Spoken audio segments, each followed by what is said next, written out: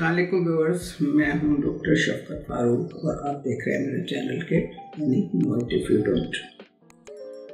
आपको याद है पिछले व्लॉग में हमने क्या बात की थी? हम डेसियन पर बात कर रहे हैं और मैंने एंड पर कहा था कि डेसियन क्या है और ये किस तरह होता है और ये एक प्रोसेस है। प्रोसेस के कितने स्टेप्स हैं? 3 स्टेप्स मैंने आपको बता दिए थे। आज हम बात करेंगे कि डिसीजन पावर और डिसीजन मेकिंग पावर ये क्या है। डिसीजन पावर जो है वो रेफर करती है, यानी एक अथॉरिटी आप समझ लें, और कॉन्फिडेंस। अथॉरिटी और कॉन्फिडेंस ये दोनों लाजिम मंजूर है।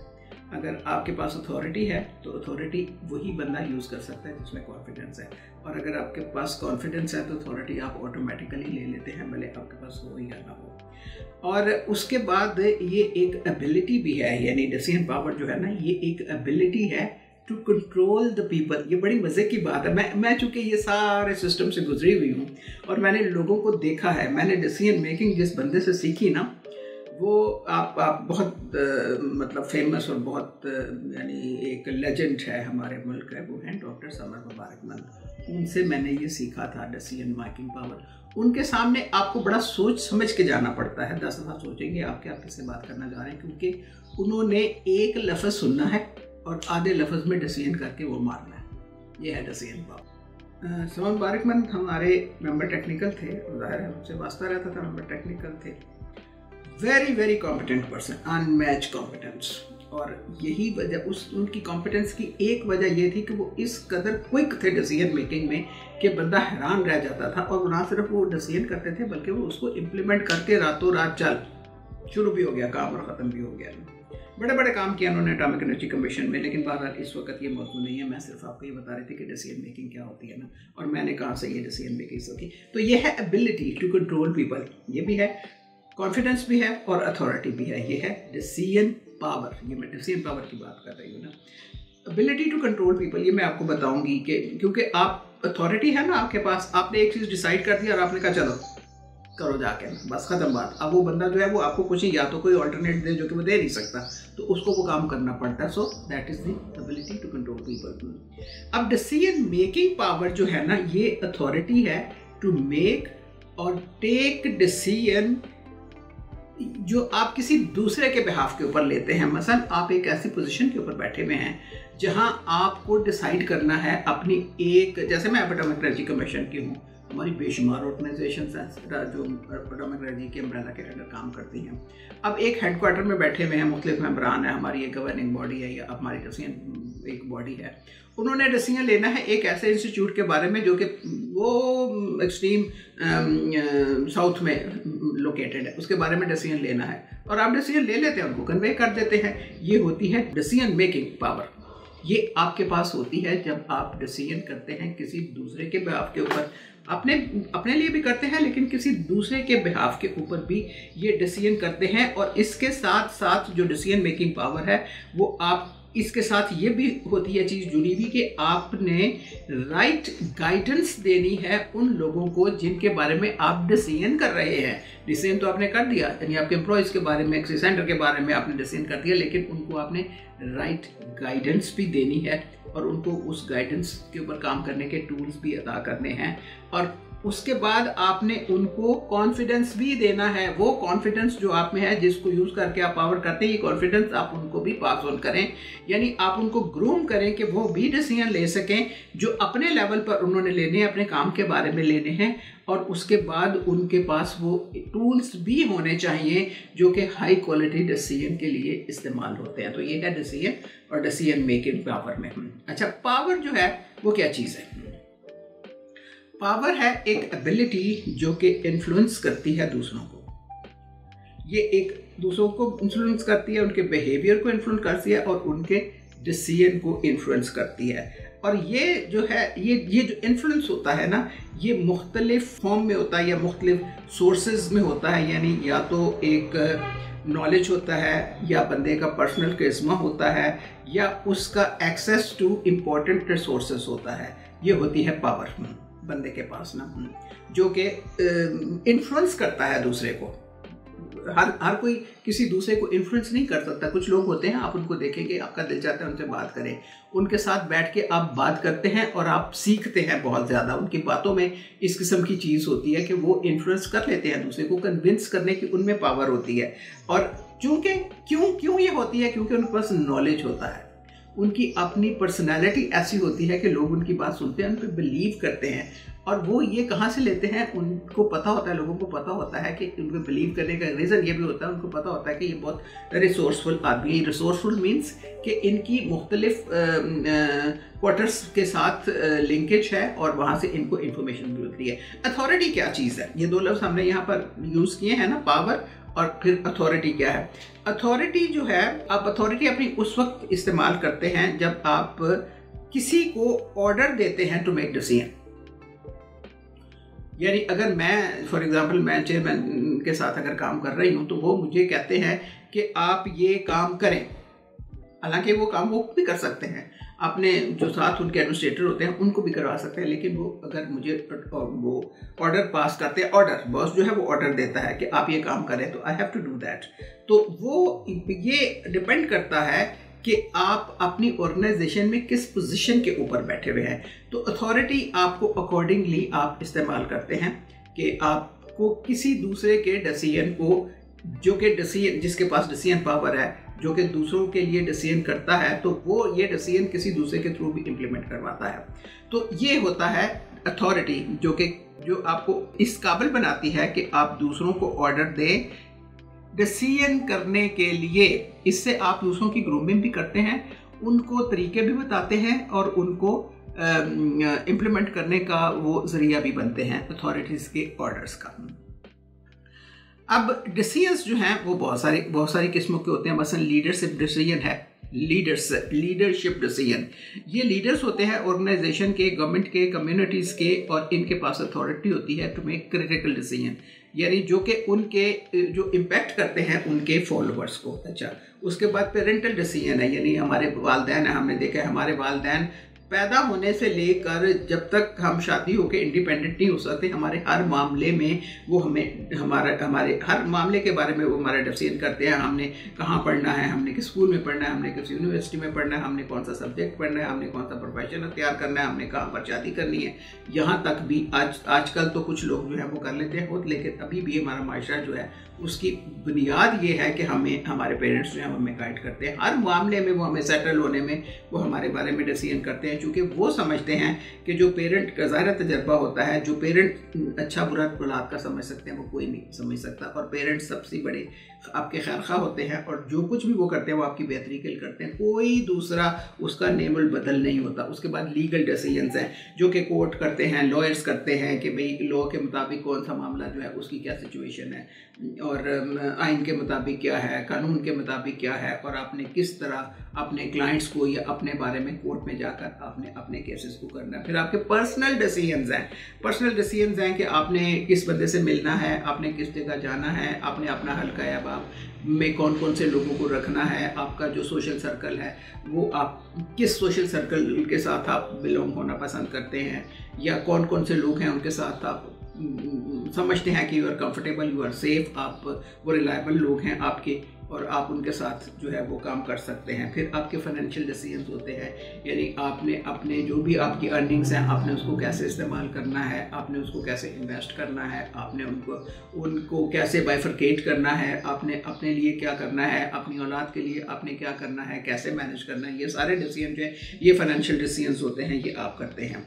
अब कुछ लोग जो हैं वो बहुत जल्दी फैसला कर लेते हैं और वो लोग जो हैं वो ऑर्गेनाइजेशन के लिए एसेट होते हैं। मैंने आपको एग्जांपल दिए, डॉक्टर समर मुबारक मान कहते हैं that was a real asset, और अभी भी माशाल्लाह वो हैं, लेकिन चूंकि रिटायर हुए उनको मेरा ख्याल से 15 साल हो चुके हैं, तो ऑब्वियसली एज के साथ, but he is competent person, he still hold several positions unofficially to assist people, their organization and other organization as an expert, as an advisor वगैरह वगैरह, वो अभी भी काम करते हैं, चूँकि वो एक बहुत बड़ा एसेट है, लाइफ लॉन्ग एक्सपीरियंस होता है। कुछ लोग बहुत ही पुअर होते हैं डिसीजन मेकिंग में और कुछ हैं वो बिल्कुल ही इनडिसाइसिव होते हैं, यानी वो कर ही नहीं सकते, उनमें कुव्वत फैसला होती नहीं है, वो दूसरों के मुंह की तरफ ही देखते रहेंगे। अच्छा, अब आपने ये टर्म भी सुनी होगी कि इनडिसाइसिव पीपल और people with poor decision making जो स्किल्स होती हैं उनकी, ये कौन लोग हैं, ये कौन लोग हैं। अब अगर आप सोचें ना तो इनडिसाइसिव पीपल जो हैं या वो लोग जिनकी कुव्वत फैसला बहुत ही कमज़ोर होती है, ये दोनों जो है ना ये रिलेटेड है एक दूसरे के साथ ना, ये टर्म्स जो हैं, और ये जो है वो ओवरलैप भी करती हैं। मसलन जो इनडिसाइसिव पीपल है ना, जो जिनके सामने बेशुमार ऑप्शंस होती हैं मगर वो फैसला नहीं कर पाते, उनके साथ ट्रबल ये होती है उनके डिसीजन मेकिंग में, यानी उनकी डिसीजन मेकिंग जो है ना वो ट्रबलसम होती है। खुद उन्होंने अपने लिए वो ट्रबल क्रिएट की हुई होती है। जो लोग बहुत ही कमज़ोर होते हैं डिसीजन मेकिंग में, वो डिसीजन तो लेते हैं लेकिन वो ठीक नहीं होते। वो डिसीजन मेकिंग क्वालिटी के लोग जो है ना वो डिसीजन ले लेते हैं। इनडिसाइसिव वो तो ले ही नहीं सकते ना, वो तो सोचते से रहते हैं अच्छा ये करूँ कि ये करूँ, नहीं ये नहीं करता, ये करूँ नहीं ये नहीं करता, नहीं मैं कुछ भी नहीं करता क्योंकि गलत हो जाएगा सारा कुछ। लेकिन वो जो पुअर डिसीजन मेकर है ना, एटलीस्ट वो डिसीजन करते हैं, वो लेना बात है कि वो गलत डिसीजन होता है। और मैं बहुत सारे ऐसे लोगों को जानती हूँ जो इस किस्म के लोग होते हैं। अच्छा, अब जो इनडिसाइसिव लोग होते हैं ना, यानी जो वो नहीं कर सकते, वो हमेशा इसी चक्कर में पड़े रहते हैं कि भाई ये मेरे सामने मुख्तलिफ ऑप्शंस हैं, तो वो हमेशा यानी उलझन का शिकार रहते हैं कि अच्छा मैं ये करूं, मैं ये करूं, या मैं ये करूं, या मैं ये करूं। और जो पुअर डिसीजन मेकिंग है ना, वो इम्पल्सिव डिसीजन करते हैं, डिसीजन ले लेते हैं, वो इम्पल्सिव डिसीजन लेते हैं, अच्छा ये आ गया चलो कर लो ठीक है। और उसके बाद उनको ज़ाहिर है उसके वो जो नताइज हैं वो सही नहीं निकलते, चूँकि उन्होंने सोचा समझा तो होता ही नहीं। तो वो जो इनडिसाइसिव पीपल होते हैं ना, वो कुछ डिसीजन ले लेते हैं इफ़ेक्टिवली कुछ एरियाज ऑफ देयर लाइफ, लेकिन वो बाकियों के साथ जो है ना वो हर वक्त स्ट्रगल ही करते रहते हैं। लेकिन जो पुअर जिनकी कमज़ोर होती है कुव्वत फैसला, वो कंसिस्टेंटली डिसीजन लेते हैं और कंसिस्टेंटली वो गलत डिसीजन लेते हैं। तो ये आप उम्मीद है कि आप इन दोनों के दरमियान जो है वो फ़र्क समझ में आ जाएगा।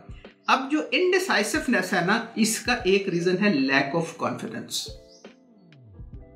एतमाद नहीं होता उनको अपने ऊपर, उनको ये नहीं पता होता कि अच्छा मैं ये ऑप्शन ले लूँ पता नहीं ठीक होगी, क्योंकि नॉलेज भी नहीं होता उनके पास एतमाद भी नहीं होता, इसलिए वो हमेशा कन्फ्यूजन का शिकार रहते हैं। और उनके पास कॉन्फिडेंस भी नहीं होता, फिर वो उनको परेशानी, हर वक्त वो अंडर प्रेशर होते हैं कि अच्छा मैंने डिसीजन लेना है, मैं करूँ कि ना करूँ, यही सोचते रहते हैं। फिर उनको ये खौफ भी होता है कि अगर मैं डिसीजन कर रहा हूँ कहीं ये गलत ना हो जाए। अच्छा, और ये जो चीज़ है ना, सबसे बड़ा ये जो फियर है ना, ये उनको इन एक्शन की तरफ, यानी वो कोई काम दुनिया ज़िंदगी में नहीं कर सकते, और जितनी भी उनके रास्ते में उनके पास एक कुछ अपॉर्चुनिटीज़ आती हैं, कोई उनको कुदरत मौके देती है, वो सारे के सारे मौके जो हैं वो ज़ाया कर देते हैं। लेकिन जो लोग कमज़ोर डिसीजन वाले हैं, जिनकी जो डिसीजन तो करते हैं लेकिन कमज़ोर होते हैं, वो डिसीजन कर लेते हैं, जो कि वो रुकते नहीं है, वो गलत सलत जो भी होता है वो डिसीजन कर मारते हैं, लेकिन उसके फिर कॉन्सिक्वेंसेस जो है वो नेगेटिव होते हैं और उसका आउटकम भी पुअर होता है। और ये चीज़ जो है, ये जो नेगेटिव कॉन्सिक्वेंसेस होते हैं, ये आपकी इसकी वजह ये होती है कि उनके पास इंफॉर्मेशन नहीं होती। अगर कोई इन्फॉर्मेशन यानी प्रॉपर इन्फॉर्मेशन नहीं होती किसी भी चीज़ के बारे में जिसके बारे में उन्होंने डिसीजन करना होता है, और जो फिर उनके पास चूँकि इन्फॉर्मेशन पूरी नहीं होती, इसलिए उनमें एनालिसिस की कैपेबिलिटी भी नहीं होती कि जो थोड़ी बहुत इन्फॉर्मेशन है उनके पास, वो उसको एनालाइज भी नहीं प्रॉपर्ली कर पाते। फिर वो ज़्यादातर उनका रिलायंस होता है अपनी इंट्यूशन के ऊपर, यानी अच्छा वो ये देख रहे हैं, अच्छा नहीं मेरा दिल करता है कि मैं ये कर लूँ, वो कर सकते हैं, उनका दिल करता है कि वो ये कर लूँ, वो दिल में सोचते हैं मैं ये करूँगा तो ठीक होगा, लेकिन वो नहीं होता और वो अपने तजर्बों से भी नहीं सीखते हैं। अगर हम कलेक्टिवली देखें तो इनडिसाइसिवनेस और पुअर डिसीजन मेकिंग स्किल्स जो हैं, ये दोनों ही जो है ना, ये चैलेंजेस हैं जो कि इंसान की ज़िंदगी और उसके काम को अफेक्ट करते हैं, क्योंकि ये फाइनेंशियल लॉस का भी बायस बनते हैं। क्योंकि या तो आप डिसीजन नहीं करेंगे, आपके सामने एक अपॉर्चुनिटी, आप डिसीजन नहीं करेंगे। मेरे पास बड़ी एग्जांपल है, लेकिन मैं दूं तो बड़ा लंबा हो जाएगा कि भाई ये जो लोग जो आपको नुकसान पहुंचाते हैं ना, इस लिहाज से कि आपके पास एक अच्छी खासी फाइनेंशियल अपॉर्चुनिटी है और आपने वो गंवा दी उस बंदे की वजह से। तो मैं तो ऐसे बंदों को अपने उसमें प्रोग्राम में टॉलरेट नहीं किया करती, I just throw them out, क्योंकि एक दफ़ा उसने मेरा नुकसान कर दिया, मेरी अपॉर्चुनिटी खत्म होगी, नेक्स्ट टाइम नो वे मैं उसको कभी अपॉर्चुनिटी नहीं दूंगी। तो जो लोग पुअर वो होते हैं डिसीजन मेकिंग जिनकी होती है, वो तो वैसे ही गलत फैसले करते हैं। फिर ये सिर्फ फाइनेंशियल लॉसेस नहीं होते, आपके पास क्रूशल प्रीरिक्विजिट जो होती है आप वो भी नहीं पूरा करते, आपका जो रिस्पेक्टिव ऑर्गेनाइजेशन है आप उनको भी नुकसान पहुंचाते हैं, आप अपनी फैमिलीज को भी नुकसान पहुंचाते हैं, और आप अपनी जो है ये सारा जो सिचुएशन है ना, यानी इनडिसाइसिवनेस और पुअर डिसीजन मेकिंग, इसको करेक्ट करने के लिए डिफरेंट स्ट्रेटजीज जो हैं वो इस्तेमाल हो सकती हैं। डिपेंड करता है कि इसके अंडरलाइन कॉजेस क्या हैं। जैसे मैंने आपको बताया ना कि कुछ लोगों के पास कॉन्फिडेंस नहीं होता, वो कुछ लोग जो हैं वो एंजाइटी और परेशानी का शिकार रहते हैं। अच्छा मैं ये करूं कि ये करूं, नहीं मैं ये नहीं करता, नहीं मैं ये कर लूं, अच्छा नहीं मैं ये नहीं करता, अच्छा मैं ये कर लूं, अच्छा मैं वो इसी चक्कर में पड़े रहते हैं। तो ये सिचुएशन, स्पेसिफिक सिचुएशन जो है उसके अकॉर्डिंग आप उस बंदे को करेक्ट कर सकते हैं, but it's a time consuming process. इसके बाद कुछ क्वेश्चंस हैं, यानी ये सारी सिचुएशंस के बाद जब आप गुजरते हैं ना तो आपके जहन में कोई सवाल आता है। अब सवाल ये है कि ये क्या कॉजेस, मैंने आपको बताया ना कि ये करेक्ट हो सकती है बशर्ते ये कि आपको इसकी कॉजेस का पता हो कि इनडिसाइसिवनेस जो होती है वो क्यों होती है, जिन बंदों में होती है उनमें क्या प्रॉब्लम है। जो लोग बिल्कुल ही जो पुअर डिसीजन हमेशा one after the other poor decision करते हैं और फिर उसके नेगेटिव कॉन्सिक्वेंसेस भुगतते हैं और फिर भी नहीं सीखते, तो इसके पीछे क्या रीज़न है। तो ये है व्हाट आर द कॉजेस और the inability of decision making. आप में सीरियस में पैदाइशी तौर पर इनहेरेंटली आप में भी ये एबिलिटी नहीं है कि आप डिसीजन कर सकें या आप सही डिसीजन कर सकें। क्या इनडिसाइसिवनेस जो है या ये एक डिसीजन मेकिंग डिसऑर्डर है, यानी आप के सामने जब भी डिसीजन मेकिंग की कोई सिचुएशन आती है आपके अंदर कुछ ऐसी सूरत हाल पैदा हो जाती है जो आपको अंडर प्रेशर कर देती है, आपके अंदर एंजाइटी प्रोड्यूस हो जाती है और उस चक्कर में आप बिल्कुल ही नहीं कोई भी फैसला कर सकते। क्या वजह है कि कुछ लोग जो हैं उनको हमेशा ये मुश्किल पेश आती है कि वो डिसीजन नहीं कर सकते? क्या वजह है? कुछ तो होता है ना इसका। अब ये जो सवाल है ना ये बड़े इंटरेस्टिंग सवाल है और इनके जवाब भी उतने ही इंटरेस्टिंग हैं, लेकिन इस वक्त हम आपको वो नहीं बताएंगे, हम ये आपको इन सवालों के जवाब देंगे अगले व्लॉग में। तो मुझे उम्मीद है कि आपको ये सब अच्छा लगा हुआ होगा, आपके कॉन्सेप्ट क्लियर हो जाएंगे डिसीजन मेकिंग, डिसीजन पावर और डिसीजन मेकिंग पावर जो है। तो आप प्लीज़ अगर आपको पसंद आए तो आप इसको शेयर कीजिए, इसको लाइक कीजिए और आप चैनल को सब्सक्राइब कीजिए ताकि आपको जो भी व्लॉग्स आते हैं वो आपको मिल जाएं वक्त पर। आपसे मुलाकात होगी। अल्लाह हाफ़िज़।